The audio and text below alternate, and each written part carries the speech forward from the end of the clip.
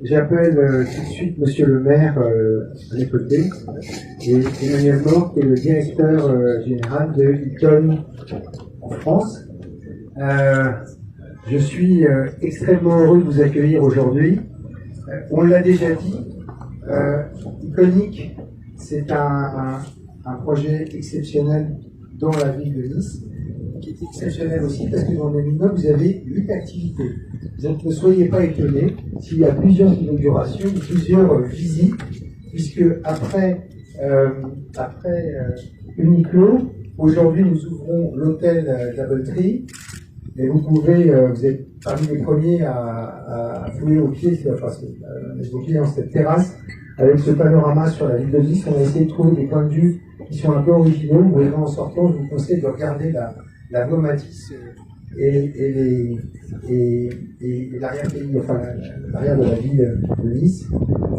Et nous allons vous inviter à nouveau à la rentrée pour les inaugurations des écoles.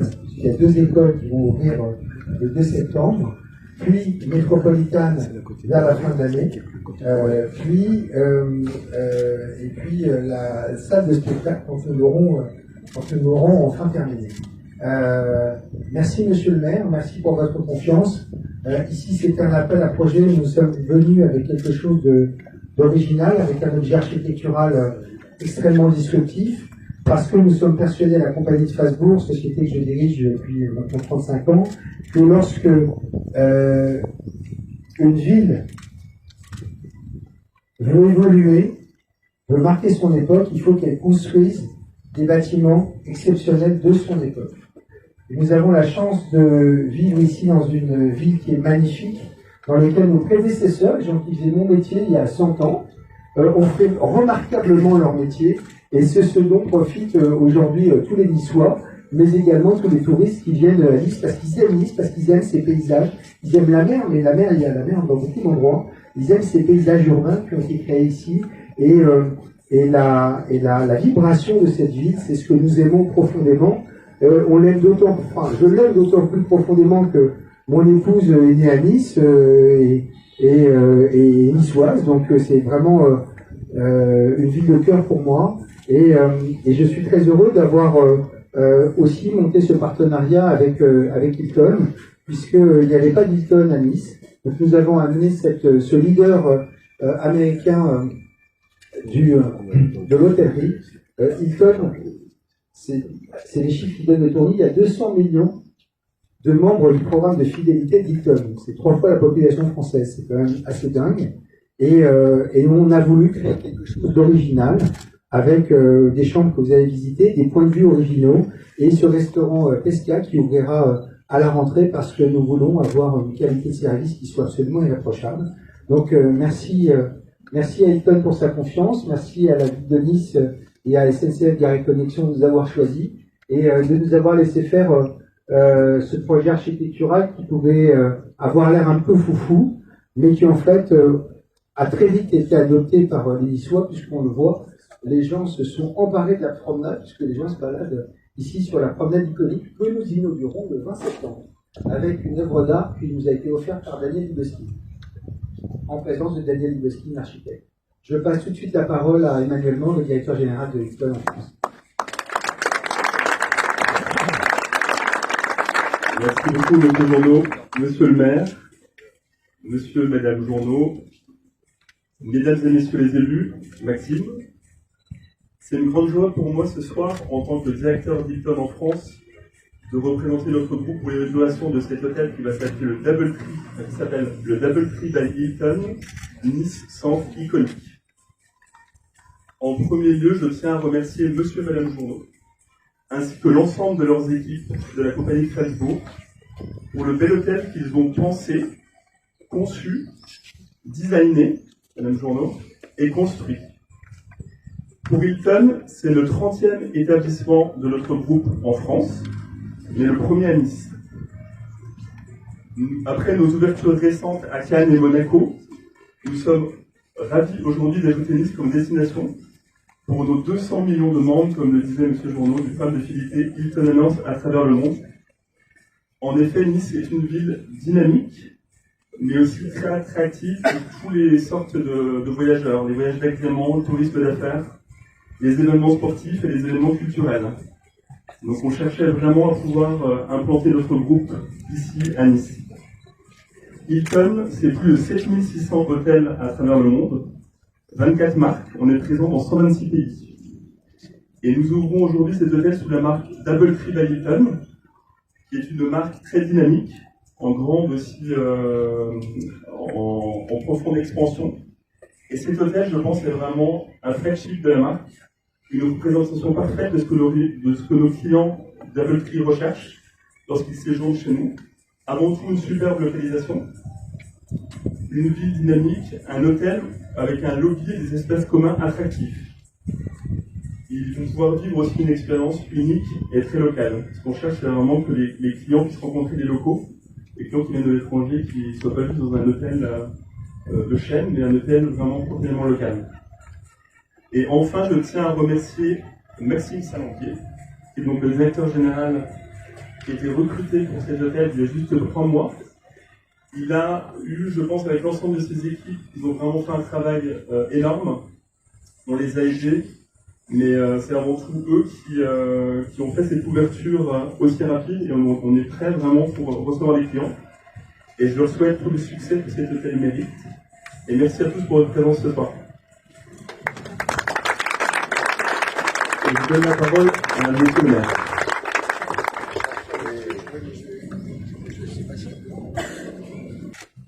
Bien, mesdames et messieurs, en saluant naturellement les élus qui sont autour de moi, et en premier lieu ceux qui sont en charge d'accompagner sur le développement de l'économie et du commerce de notre ville, à la fois Jacques Richier, notre vice-président en charge du développement économique et du tourisme, et en saluant Franck Martin, mon adjoint en charge du commerce, en saluant les autres membres du conseil municipal.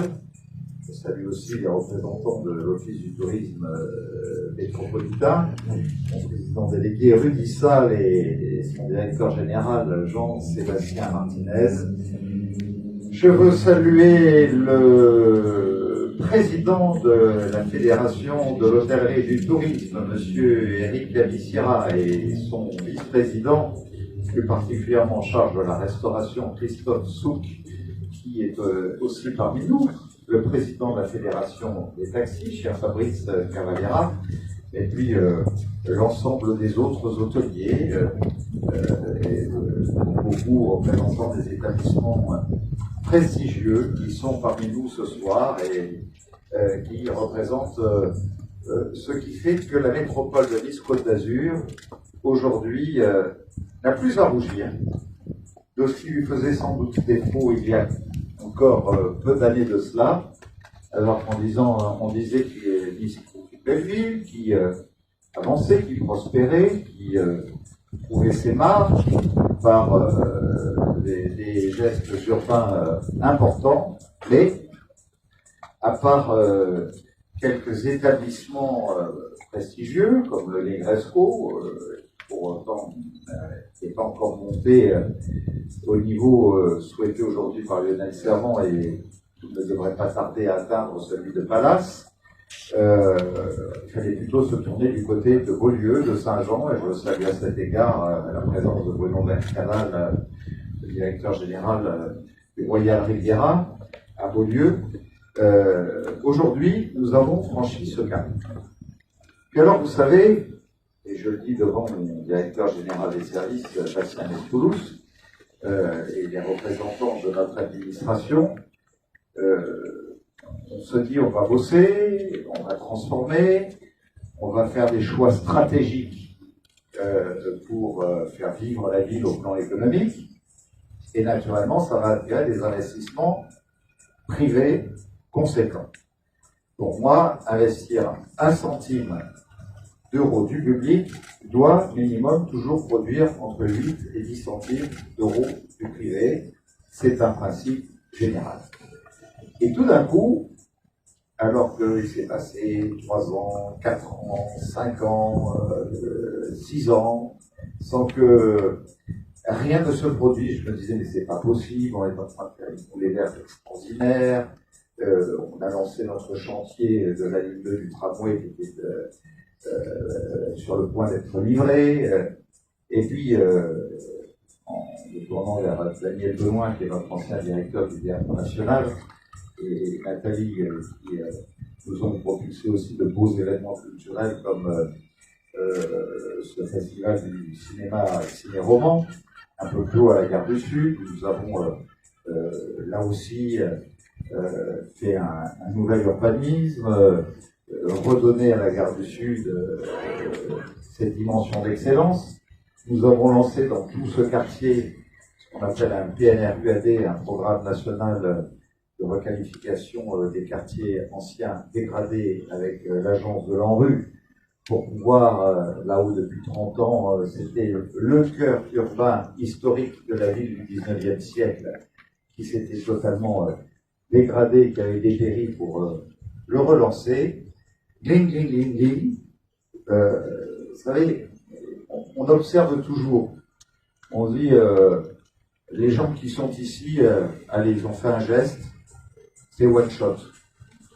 Ils veulent s'assurer d'abord, quand on est à la tête de grands groupes, on a à répondre à des actionnaires, on a des assemblées générales, qu'on veut être sûr que ce qui est investi est amortissable sur des durées de 20, 25, 30 ans, avec des banquiers à la clé qui font confiance. Et je sais que la Caisse d'épargne va jouer le moindre rôle ici, et je veux les saluer, puisque c'est un grand partenaire de nos propres investissements aussi pour la part du public.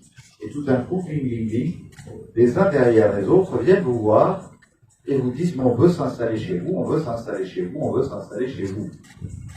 Et vous dites, ouf, ça y est, les efforts publics sont en train de payer.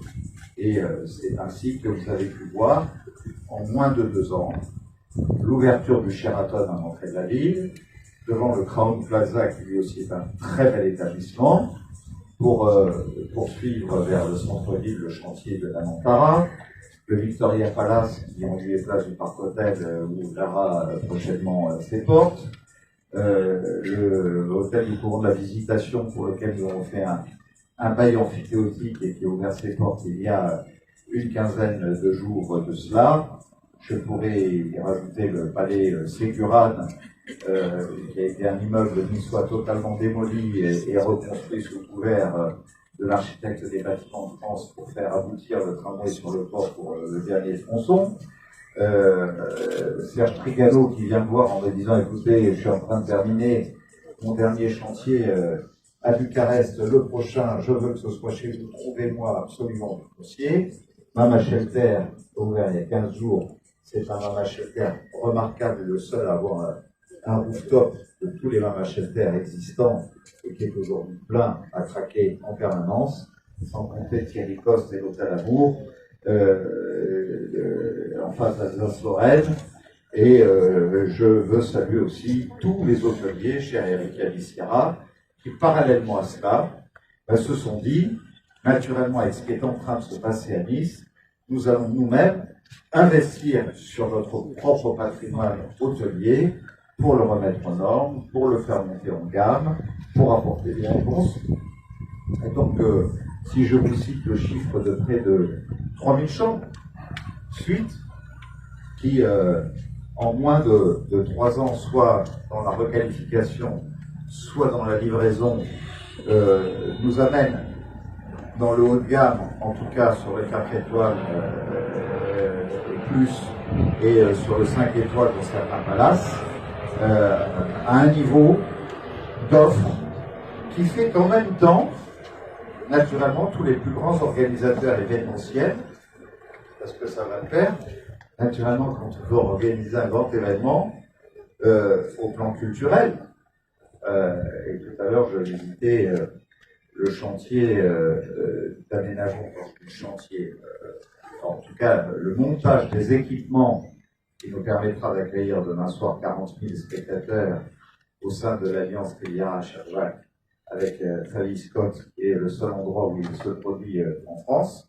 Bon, On dit, on a supprimé 300 places de culture ici ou là. Ben non, entre Milan et Marseille, le plus grand équipement culturel qui a été bâti en 2013, c'est à Nice, avec 40 à 50 000 places, où on produit Mylène Farmer, où on produit Weekend, où on produit Travis Scott et bien d'autres encore. C'est ici qu'on a fait le plus de place pour la culture par rapport à tout ce qu'on peut trouver à l'ouest ou à l'est du département. La réalité, c'est celle-là. Et parallèlement à ça, quand on sait que historiquement, parce que il vaut mieux que vous en profitiez cette année, parce qu'avant un siècle ou deux, vous ne verrez pas l'arrivée du Tour de France de nouveau à Nice, puisqu'il faudra bien ce temps-là pour que Paris organise de nouveau les Jeux Olympiques. Au bout de 110 ans, c'est ici et nulle part ailleurs que ça se passe, les 19, 20 et 21 juillet, et qu'en même temps, ce qui n'est jamais arrivé à Paris et qui n'arrivera jamais, nous organisons un rendez-vous prestigieux demain, la grande étape du Tour, c'est-à-dire celle qui accueille 15 000 des meilleurs cyclotouristes du monde et qui, dont les places ont été retenues en 5 minutes sur Internet quand elles ont été ouvertes. 15 000, 5 minutes. 80 nationalités différentes, elles sont là depuis plusieurs jours. Ils repèrent le col de Brosse, le col de Nice, le col de Turigny, le col Saint-Martin, le col de la Couillole, c'est-à-dire l'étape qui sera faite par le Tour de France lui-même, le 20 juillet, veille de l'arrivée, sur la promenade des Anglais, le 21 juillet prochain. Je ne prends que ces quelques exemples, mais ils illustrent bien à quel point tout cela est un tout. L'hébergement, l'événementiel, les devantures, dont nous voyons de grandes devantures et de grandes marques qui s'ouvrent de plus en plus nombreuses, de belles tables qui offrent une culture culinaire de plus en plus diversifiée et qui attire, y compris des voisins de l'Est et de l'Ouest. Avant, on allait dire, tiens, on va passer une soirée à l'Est ou à l'Ouest, et maintenant c'est l'Est et l'Ouest qui dit, tiens, on va passer une soirée à Nice. Bon, donc on a complètement réussi à inverser en créant, au fond, cette sorte d'économie circulaire, ce cercle vertueux. Donc, bon, je dois dire que vous m'en avez fait baver. Parce que, quand pendant le Covid, je disais alors, bon, bah, c'est compliqué parce que les matières premières, les aciers, puis celles qu'on nous a livrées, il y a des problèmes de normes par rapport à la commande, etc. Je voyais le temps qui passait, le temps qui passait. Ça y est, ce soir, nous y sommes. Donc, je veux saluer à vos côtés, cher Philippe Journeau, naturellement, votre épouse, niçoise, parce que si tout ça a été décoré avec beaucoup de goût, c'est parce que ça a été décoré par une niçoise, chère Karine, car seuls les niçoises ont du goût, c'est bien connu. Et saluer le directeur général d'Hilton France, saluer le directeur général qui va maintenant faire vivre cet établissement. Doubletree by Hilton, c'est une magnifique enseigne. Et je vous fais observer, car c'est assez rare pour pouvoir le préciser, qu'en général, c'est pas dans le quartier des gares qu'on trouve les hôtels où on a le plus envie d'aller et qui sont les plus accueillants. Et même si je réfléchis, j'ai du mal à trouver une ville en France. On dit, si tu vas dans le quartier de la gare, quand tu vas là-bas, et tu vas voir, tu vas tomber sur un truc hors du commun. Ben si, il y a désormais un endroit. C'est Nice et nulle part ailleurs. Avec Iconic, on avait inauguré Uniqlo, on avait inauguré toutes les belles enseignes. Et aujourd'hui, c'est enfin cette marque du Doubletree by Hilton, avec cet écho, avec des réponses apportées aussi bien à visiteurs culturels, d'art de vivre, envie de parcourir le patrimoine de l'UNESCO dans lequel nous nous trouvons, parce que c'est un fait assez important pour le signaler, c'est que lorsque nous avons porté avec Jean-Jacques Ayagon la candidature de Nice pour rentrer au patrimoine de l'UNESCO, Naturellement, avec Jean-Jacques, on était modeste et on s'est dit, c'est pas normal que la baie de Copacabana soit classée à l'UNESCO et que la promenade des Anglais ne le soit pas. Alors on a commencé à construire notre dossier, à franchir les premières étapes auprès du ministère de la Culture, puisque c'est lui qui ensuite doit présenter la candidature française. Il y en a plus par an qui est présenté, en alternative soit un patrimoine naturel, soit un patrimoine urbain. Et la plupart, c'est une église, une cathédrale. Nous sommes aujourd'hui avec 550 hectares, le plus grand périmètre urbain classé à l'UNESCO en France. À Paris, par exemple, avec les bords de Seine. Ici, nous avons 550 hectares dont les perspectives, jusqu'à l'observatoire qu'on voit de l'autre côté, qui nous ont été poussés, recommandés par à la fois les experts du ministère de la Culture et les experts de l'ICONOS, qui sont les experts dédiés par l'UNESCO. Et quand on leur a montré la situation urbaine de Nice, ils ont commencé à me dire, mais c'est quoi ces clochers là-bas? Ah ben ça, c'est la cathédrale Saint-Nicolas. Enfin, il faut monter au moins jusque-là, en regardant les beaux immeubles autour d'Alsace-Lorraine, etc., etc. Puis là-haut, sur ces collines, c'est quoi? Ben ça, c'est l'ancien palace de la reine Victoria. Comment pouvez-vous ne pas mettre dans votre candidature cette perspective naturellement, etc., etc., etc., jusqu'à la Gartière haussmannienne, et nous avions le chantier. Là, je me suis dit, il faut faire gaffe parce que si on ne les retient pas un peu en dessous, au moins au niveau de l'église Notre-Dame, on risque de se retrouver avec des remarques qui ne faciliteront pas notre dossier. Et quand ils ont vu l'architecture de Daniel Libeskind, celui qui a dessiné Ground Zero à New York, il faut le rappeler, un des plus grands du monde, à côté de la gare haussmannienne, que nous venions de refaire, ils ont dit, mais ça rentre complètement dans le plan de gestion, puisque naturellement, un, on vous retient pour être labellisé à l'UNESCO, et deux, on vous impose un plan de gestion. Et ce plan de gestion, monsieur le directeur général des services, comprend notamment notre plan local d'urbanisme, qu'on appelle une AVAP. Et une AVAP, sur tout le périmètre, naturellement, ça interdit de faire beaucoup de choses.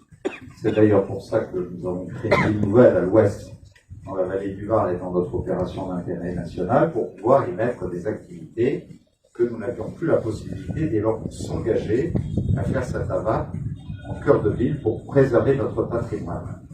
Et ils ont dit ça, on l'accepte totalement à l'intérieur de la VAP et on le valide parce que ça accompagne complètement cette structure qui est une notion admise par l'UNESCO. Pour moi, c'est ma pyramide du Louvre désormais.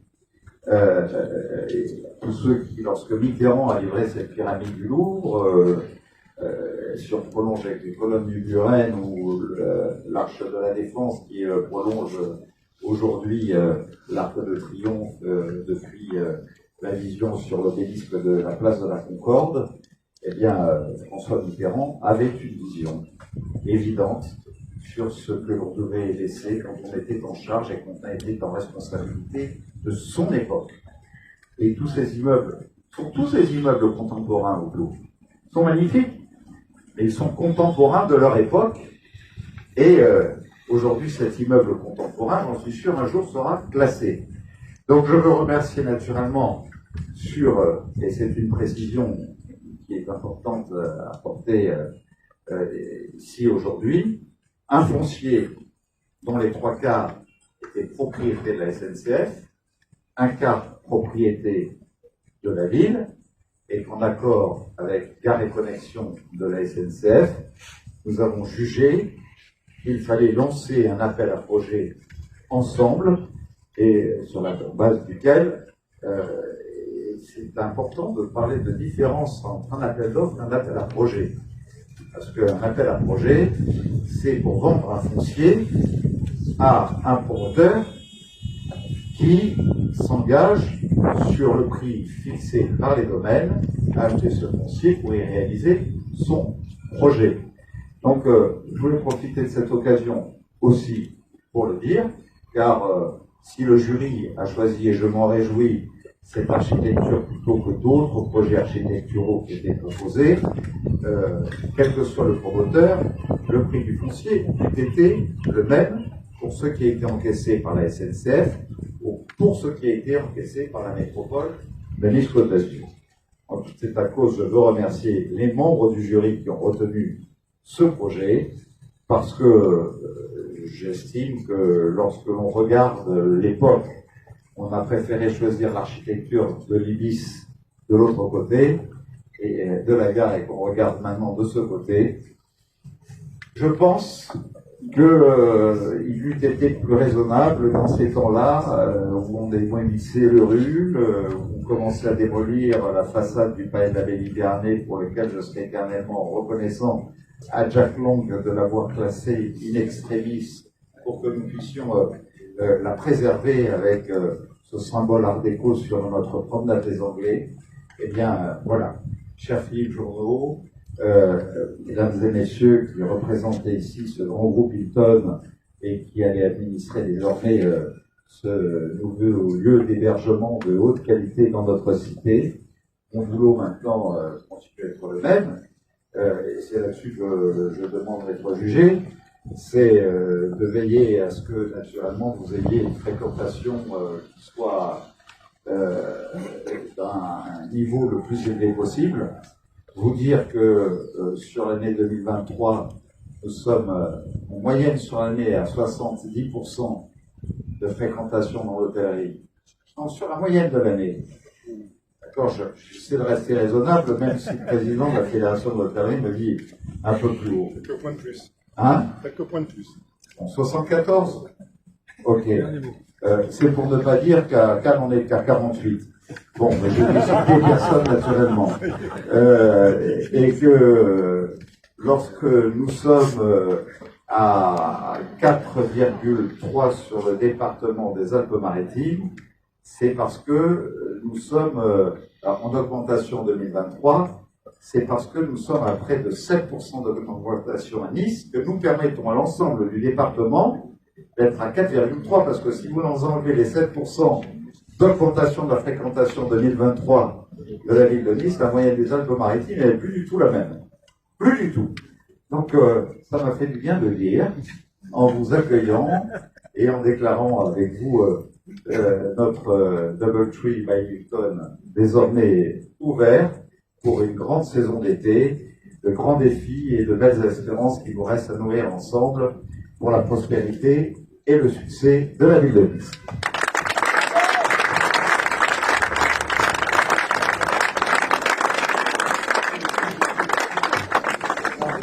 Je voudrais préciser quelque chose. La semaine dernière, Iconic a eu 2 prix, dont un prix extrêmement prestigieux en France, puisque nous avons eu le prix des Pierres d'Or, c'est-à-dire l'immeuble le plus innovant qui a été construit cette année en France, dans le pays. Et on se bat tous, tous les promoteurs se battent pour avoir ce prix. Donc je voudrais le dédier à la ville de Nice et vous l'offrir, mais je vais quand même le récupérer après.